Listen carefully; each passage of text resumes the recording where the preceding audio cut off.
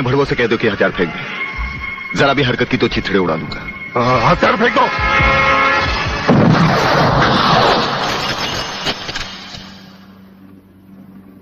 हम तो समझे थे कि तुम जंगबाजों की तरह जंग लड़ोगे, लेकिन तुम तो एक घटिया किस्म के भगौड़े प्यादे निकले। अधूरे में ही हथियार डाल दिए। प्रलयनाथ कभी कोई जंग अधूरी नहीं लड़ता ब्रिगेडियर। देखना चाहते हो तो देखो। देखा हो अगले, अब हथियार नीचे डालने की बारी तुम्हारी है। डाल दो हथियार।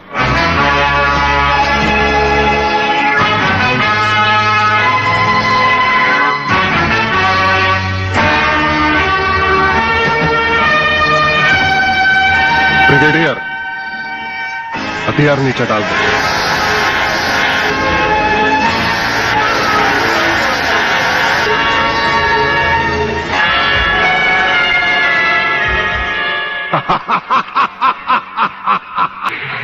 यही है कातिल। बागले साहब, मत छोड़ना इसे। हाँ, मैं हूं तेरे पिता का कातिल, और आज तुम सबका कत्ल भी मेरे हाथों से ही होगा। पागले, तुम्हारी गर्मी को ठंडा करने का सामान भी मैं साथ लाया हूं। वो देखो, बरदार अपनी जगह से हिलने की कोशिश की। एक ही बटन दबाऊंगा, सबको राख कर दूंगा। अगर देखना चाहते हो तो ये था ब्रिगेडियर, मेरी जंग की शुरुआत, और इसकी इंतहा होगी तुम्हारी बर्बादी और हिंदुस्तान का खात्मा। हिंदुस्तान का खात्मा? हिंदुस्तान का खात्मा तो सदियों से कोई नहीं कर सका। वो तो एक ख्वाब ही रहा जो न कभी पूरा हुआ था और न कभी होगा। रहा हमें मारने की बात, तो फिर हिंदुस्तान में शेर बचे ही कितने हैं। उन्हें तो हुकूमत भी मारने की इजाजत नहीं देती। और फिर तुम जैसे गेंडे की शक्ल की औकात ही क्या? मेरी औकात का पता तो तुम्हें आज ही चलेगा ब्रिगेडियर। मैं भी देखता हूं इन शेर के जबड़ों में कितने दांत हैं।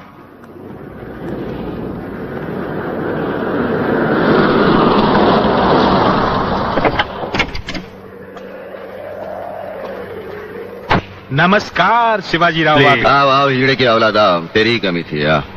जब तक हमारे देश के हिस्से में तेरे जैसे मंत्री आएंगे ना, हमारे देश का इसी तरह कल्याण होता रहेगा। नमस्ते। वाह प्रलयनाथ जी, वाह, क्या खूब मिलाई है इन दो देशभक्तों की जोड़ी, जो आज देश के नाम पर एक साथ शहीद हो जाएंगे। कई शहीद होते आए हैं और कई शहीद होते रहेंगे अपनी धरती माँ को बचाने के लिए। लेकिन तुम जैसे लोग जो अपने आप को ही नहीं, अपनी माँ को भी दौलत की खातिर बेचते आए हैं, और उनका अंजाम एक गुमनाम लाश की तरह होगा जिसे गिद्ध और चीले नोच नोच कर खा जाएंगे। नोच नोच कर तो हमारे आदमी तुम्हें खाएंगे। मैंने फैसला किया है, आज 15 अगस्त के दिन मैं इस देश को बर्बाद कर दूंगा। आज वो दिन हमारे और तुम्हारे सामने है। ध्वजारोहण को अब सिर्फ 24 मिनट बाकी है, और 25वें मिनट में क्या होगा वो तुम सब अपनी आंखों से देखना। प्रलय 1 आउट, रेडी फॉर टारगेट।